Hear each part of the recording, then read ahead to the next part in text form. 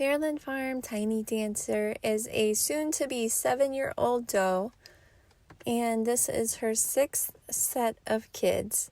So she was due on February 20th, and she was running around acting very normal. My husband did check the cameras and said he heard a goat yelling, and of course it was her.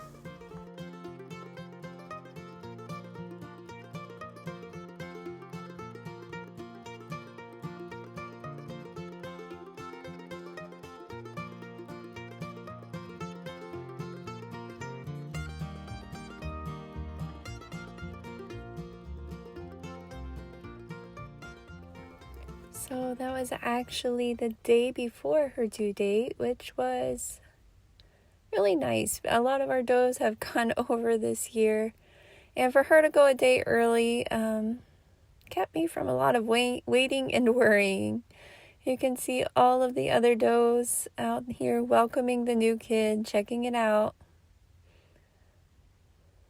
She was in the main area of the barn because, like I said, she was running around and just acting like herself. See, all the other goats are out here welcoming the new baby. She was in the main area since I wasn't expecting her to go so soon.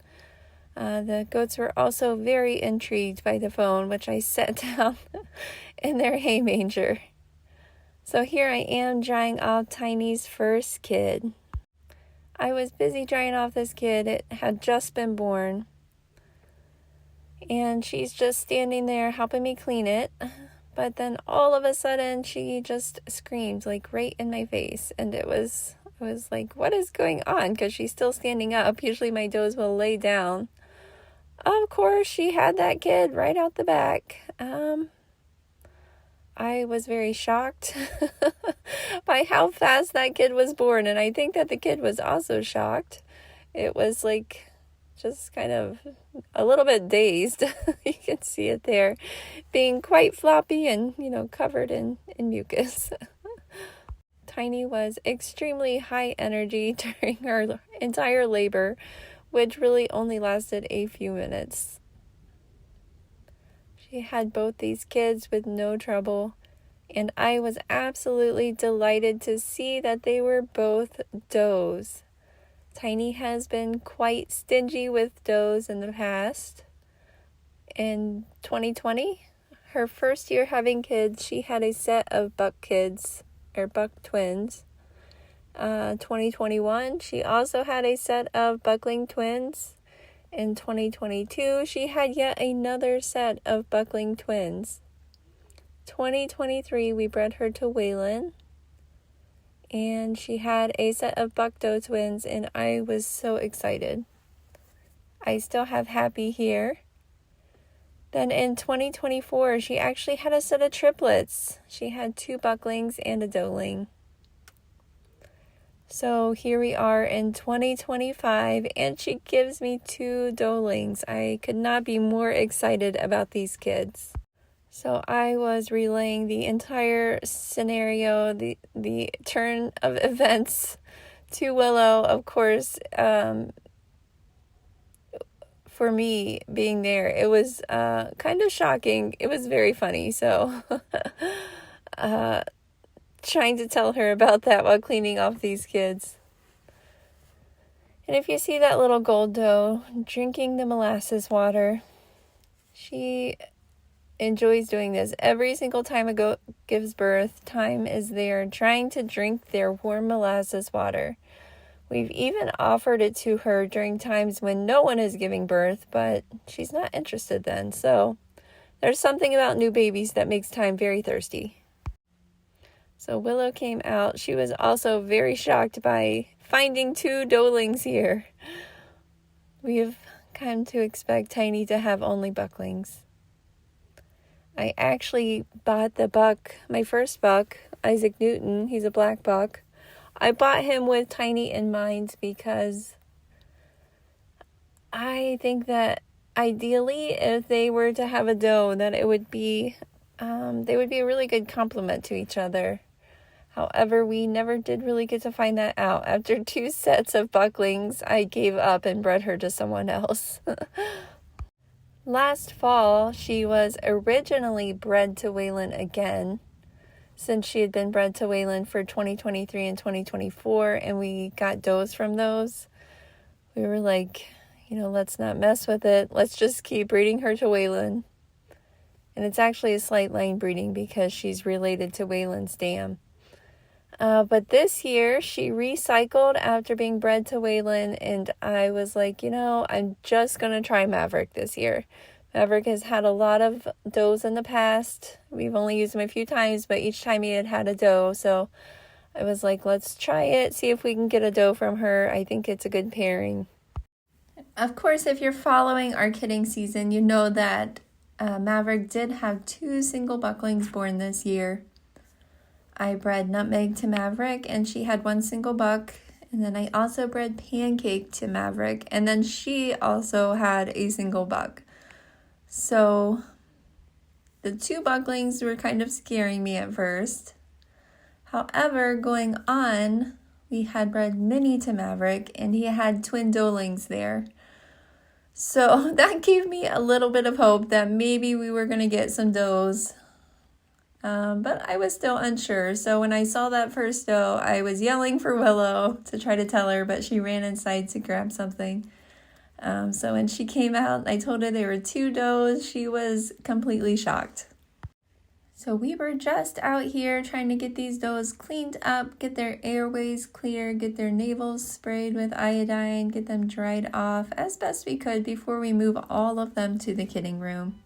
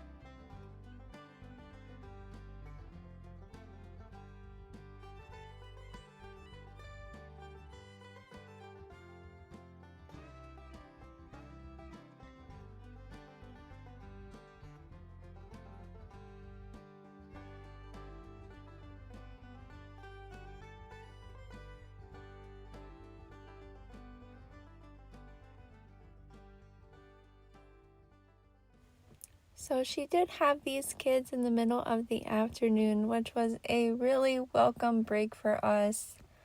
We've had a lot of does having their kids really late, a few in the middle of the night. So I was very, very happy about everyone being awake and being there to see the kids, to help dry them off. It was really, really cold on this day. We ended up going skiing the day after, and it was just absolutely frigid. Like, our faces were freezing. It's very windy. In years past, I have not bred my does for these winter kiddings. However, since we did move to this property in the end of 2023, and we had so much more space in the barn, it really gave us the ability to now house the kids in an enclosed area during the winter months. So ever since then, we have begun to breed for winter kids. Now, last year, I didn't have a whole lot of winter kids. I actually only had, I think, 3 does kid over January and February. But we only had about 13 does kid altogether.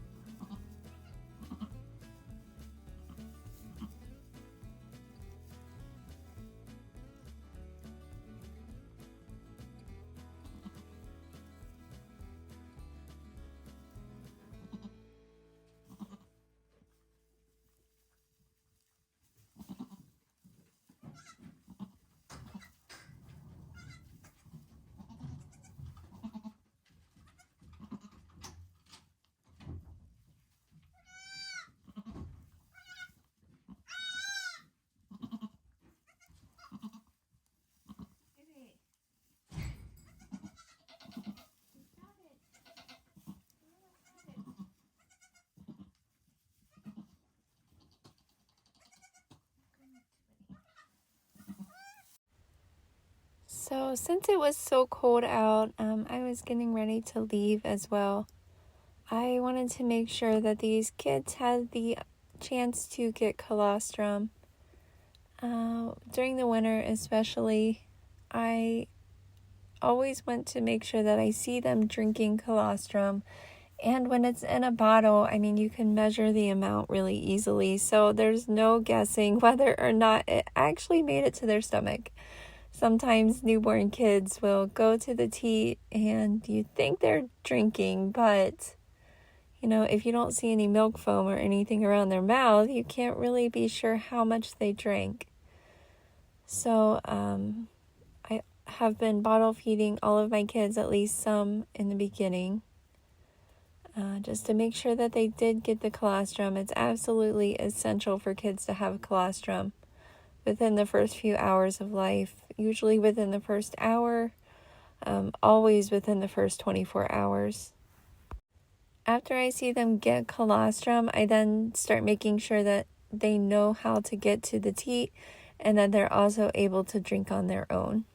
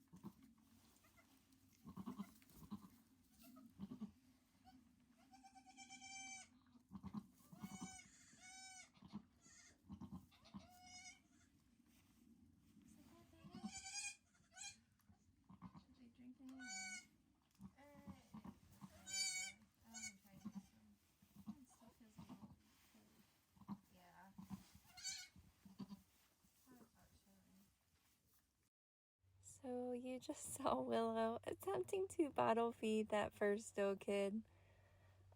Both of these kids were very big, very spunky. They did not want to try the bottle.